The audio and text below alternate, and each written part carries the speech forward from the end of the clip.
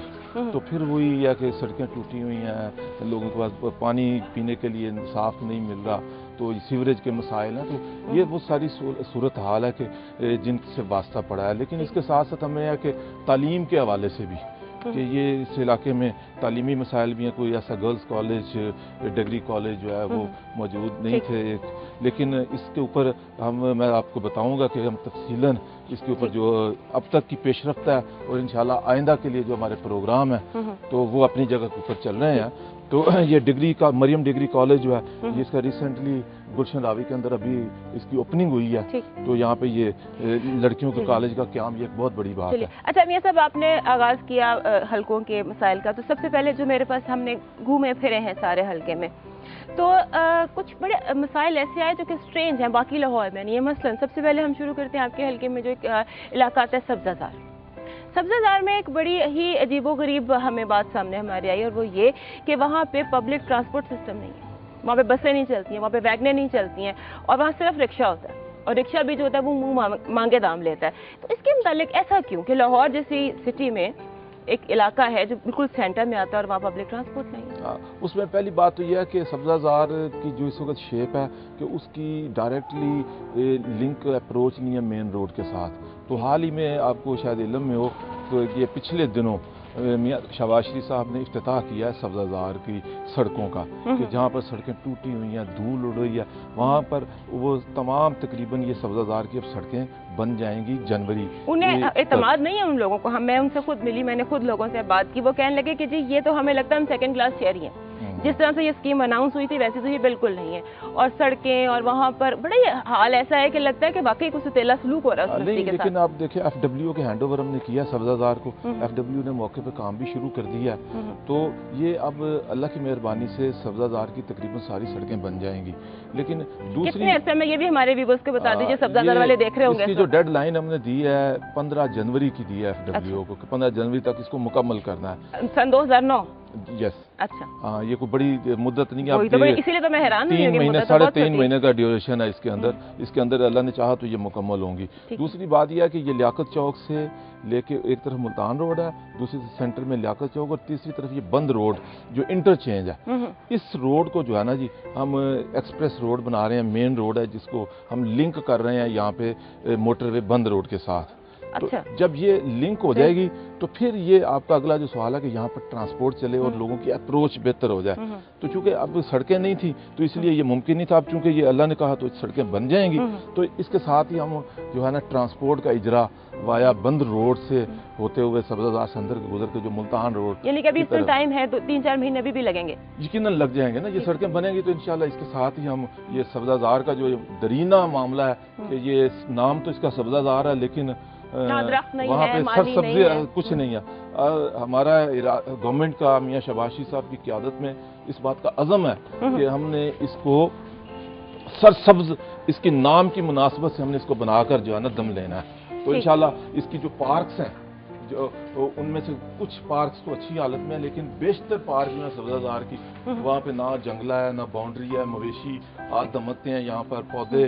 شودے جو ہیں وہ بھی مالی بھی نہیں ہے سنا. اچھا ہاں, مویشی سے مجھے یاد آیا, ہم یہ سب یہ بھی کہا جا رہا ہے کہ سبزہ زار میں گوالے بھی ہیں ابھی تک, بھینسیں بھی ہیں, وہ بھی نہیں فارغ کیا, حالانکہ یہ تو ایک بہت بڑی مسئلہ ہے. سبزہ زار کے کچھ بلاکس میں ایسی صورت ہے کہ مویشی وہاں پر آگ دمکتے ہیں, گوالے پراپر ہیں, میں نے خود دیکھے ہیں وہاں پہ وزٹ کرتے ہیں. انخلا کرنا ہے, یہ ایک بڑا مسئلہ ہے اس حوالے سے. تو اس کے اوپر بھی یہ اب جب ہم نے پارکس کے اوپر بھی اسی طرح ایک انیشیٹو لیا ہے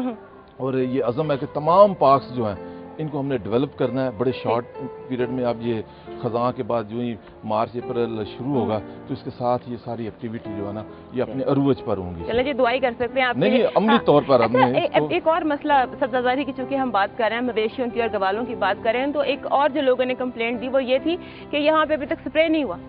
ڈینگی فیور جو ہے وہ مطلب سارے لاہور میں ہو گیا، یہاں نہیں ہوا جہاں پہ گوالے ہیں، جہاں پہ مچھر ہیں زیادہ؟ نہیں، ایک راؤنڈ ہم نے یہ سبزہ زار کی جو 110 111 112 113 114 میں ایک راؤنڈ میں ہم یہ سپرے یہاں پر کر چکے ہیں، لیکن آبادی بڑی وسیع ہے تو ہم نے یہ گھر گھر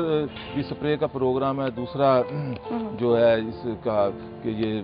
جو روڈز کے اوپر سپرے ہے اس کو بھی ہم عمل میں لا رہے ہیں، لیکن یہ فرسٹ میں تو سارا مکمل نہیں ہوا، پورا لاہور سامنے تھا تو یہ جس طرح سے متعدی یہ وائرس پھیلا ہے تو اس کو کنٹرول کرنے کا اب یہ سیکنڈ راؤنڈ یہ شروع ہو رہا ہے، غالباً یہ ویڈنسڈے سے شروع ہو جائے گا، پرسوں سے، تو اس میں انشاءاللہ یہ مکمل طور پر ہم جو ہے نا ایک گھر کو سپرے کرنے کا عزم رکھتے ہیں۔ چلیے انشاءاللہ تعالیٰ جی سزا میں اللہ برکت ڈالے۔ اچھا، اس کے بعد بند روڈ بھی آپ ہی کے حلقے میں آتا ہے؟ جی ہاں، بند روڈ اور سمن آباد اس طرف بہت زیادہ ڈیمانڈ آ رہی ہے لوگوں کی فلائی اوورز کے لیے،